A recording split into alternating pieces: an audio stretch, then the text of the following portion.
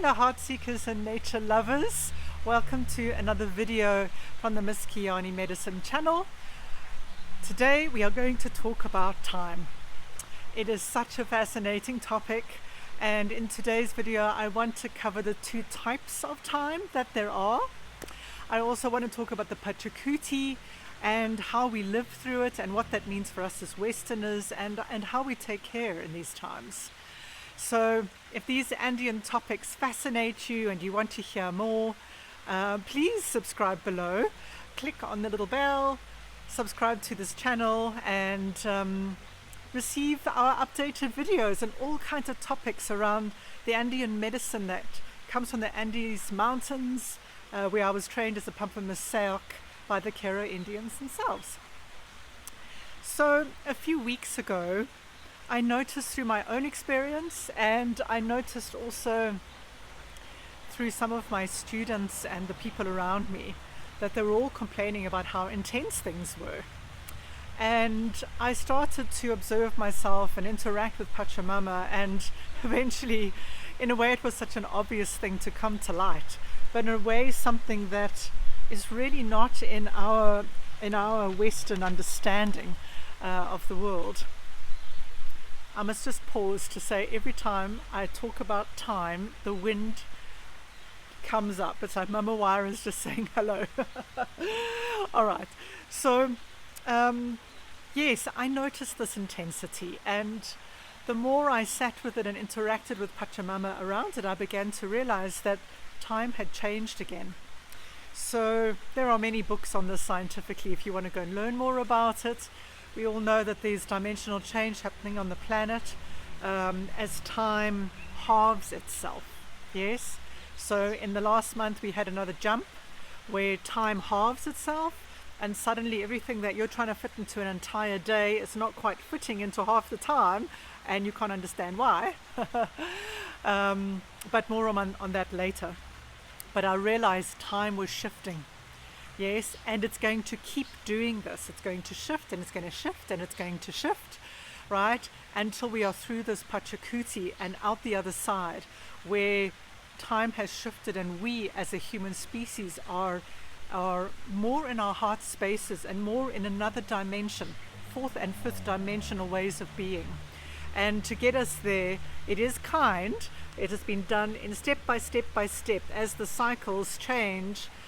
So it is shortening in time, but this is not what I wanted to talk about today, because I wanted to talk about time from an indigenous point of view. So, in the Andean world, we are in what is called a Pachacuti. Now, Pacha is a Quechua word for time and space, and Kuti is, how can I put this? It means return or to turn over. So a Pachacuti is overturning of the world. It's the time of overturning the world. Yes? And luckily for us, it's not happening immediately. It's taking time, because you have to remember that the cycles of time and cycles, there are huge, huge cycles. Think about how old the world is, millions and millions of years old. So a Pachacuti is, fits into that. There are many Pachacutis. We've gone from one to the next to the next to the next, right? As one cycle of time dies away, a new one comes in. And each one is stepping up in consciousness and in dimensions. And we as a human race have to keep up with that. Yes? So these cycles, the Keros see them as 500, 550 years long. But they have what they call kawak, seers that can see 30,000 years into the future, and they can see these cycles and what we are going to be becoming, and then they pull all that information back into the present time, and then we use this understanding in the medicine that we pass out. So we're helping people to transform to the light beings that we are becoming. It is in the medicine. Yes. So the Pachacuti is a great time of change, and just to give you an idea, it probably takes 20 to 30 years as one ends and a new Pachacuti begins, and we are right in the middle of that. So most of us know about the Mayan calendar. It came to an end in 2012. Everyone thought that was going to be the end of the world, an apocalypse, but it was just the end of a Pachacuti. It marked the time of a new one. And as we go into this new one, we have gates, and these gates really, really shift and speed up time. Now, there was one in 2020. There's another one coming in 2025. There may be smaller ones in between, but hopefully by 2032 we will be through the Pachacuti and we will be in, what shall we call it, a stable normality of time again. Yes, but it's step, step, step, step, and we have to go through that and we have to shift with that. Yes. So now let's break that down even more. Okay, let's talk about time. Now, most of us, we don't really think of time. We just live in it and we race against it, right? Because to us, time is minutes and hours and days, and they add up to a month and a year. But we have to remember that this is Western timing. This was a human being, a group of human beings that put together a calendar, yes, that we live in most of the Western world. Not everybody does that. Most people have, so every culture has their own calendar, but still the Western world follows a schedule, all right? And we are born into this time and we race against the clock because time is eventually going to run out, and there's an inescapable end of the cycle where we will die and we will pass on, right? So time is like a taskmaster that we race against, and we fit our lives into, and there's a very linear structure. Yes, this is a standard time that we know, and we don't really question it. It's just, well, that's the way time is. Yes, but you have to remember that there is another whole cycle of time, which I'm just going to call sacred time. Yes, it's part of the cosmic order of life, right? This huge time that binds the entire universe together, right?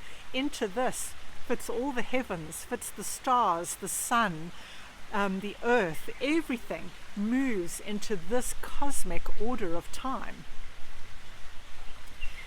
Nothing in the world would happen without this cosmic order, without this sacred time.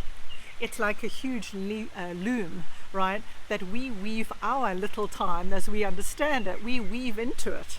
But this cosmic order, this sacred time binds everything together, including how the planets move, right? How the stars move above us as the earth turns within it. And it's a huge cog of its own timing. Yes? It's seasonal and it's celestial. All right. Now, as shamans, priests, people who do ceremony, we step into this. Yes? When we do ritual, when we do ceremony, when we do things that alter our perception, you may even know this through when you meditate, right? Time changes. When we step into that, so, you know, when a priest is at an altar, when I set up sacred space to do the workshop or the ceremony that I'm about to begin, all right? We enter ritual time together. I enter ritual time as a Pampamesayoq, yes? In that time and space, it is almost like everything stands still. It is a completely different kind of time. It's magical. It's a place where I am in the very presence with what is going on. Yes? It's where we lose ourselves with time. Yes? It's so rich. And we come out feeling so nurtured by it. It's a completely different timing to what we know as Westerners, where we're racing against the clock and there's never enough time. In the natural order of things, there is time for everything. Everything. So when we pray, when we meditate, when we do ceremony, we're at the center of the universe. We are in this beautiful place of time that stands still. And of course, Western time is still ticking. It's still going, moment by moment, minute by minute, hour by hour, but we step out of that. We change our perception. And, it's really beautiful, when we meet the Keros, they're in their own time, and there's always time for everything, and there is, yes. They don't have watches, they don't, keep track of time. They watch the sun, right? They go by the cycles of life. They plant against, where the Pleiades are, and it's a whole other system, yes. So ordinary time continues, sacred time holds space for all of that, yes. It is a living, vital, spiritual presence that we step into when we step into that sacred time. And of course, they are both evolving. But now, we have these two cycles, and I like to see it like this. They're like big cogs in a wheel, all right? So you've got our little cog of linear time, yes? That's going tick, tick, tick, tick, tick, tick, tick, and moving and moving and moving, all right? Then we've got a very large cog, which is the entire universe, the cosmic order, the sacred time, that is also moving, but it moves at its own time, right? And, in the days of the Mayans, the way that they saw time, their calendars were only 20 days long because they followed the moon. Our 31 days, 30 days, it's so messy, all right? But they devised a system whereby their linear time as human beings fitted into this massive cog of nature's, right? And they worked together. Now ours doesn't quite do that. We've got to have leap years. Our months aren't the same amount of days. Yes, we're constantly having to catch up. Now, as this cycle is moving and going into its own next cycle of the Pachacuti, our little place, our little cog of time has to shift and change to keep up with that, because now this massive cog is shifting and we have to shift to keep up with it. Yes, both as a planet and as a species and as human beings. Yeah. So trying to find a centered, maintained, balanced view while it seems like turmoil is a challenge, because we just haven't worked with it in the Western world. Yes. But if you understand these two cogs and know how to work with them, you can let yourself go with the flow.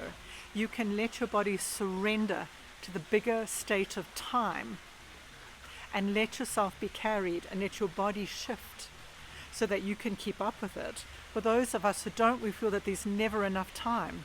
We feel to do everything we want to do. We feel like we're running out of time. We feel like we're racing. We feel like we're racing the clock. Yes. We also get physical challenges in our body because our body energetically is trying to shift, but we're physically pushing it in a different direction. So taking care of ourselves is important. Yes. Now, when I run my workshops and my programs, it's really interesting. Clients will complain that they're 8 weeks long, or they're 11 weeks long, or they're a year long. Yes. But by the end of it, they understand why I have done that. Because you have to understand, I build that into the workshops. Because you're needing to step into that other time, to tune into this bigger cog, to tune into this bigger wheel of time, to tune into the cosmic order and absorb it back into our physical little linear world.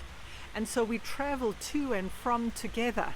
And students will always have a comment about, where did the time go? I can't believe the time just went, or they look back and say, wow, look how much has changed in me. Because what happens is this: when we tune into that larger cog, when we go into the cosmic order, the sacred time, the much bigger time that holds the whole universe, it means that we shift on other levels. It's not about our little heads and our bodies. It is about soul time. It is about much bigger cycles that affect us energetically and on a soul level. Yes.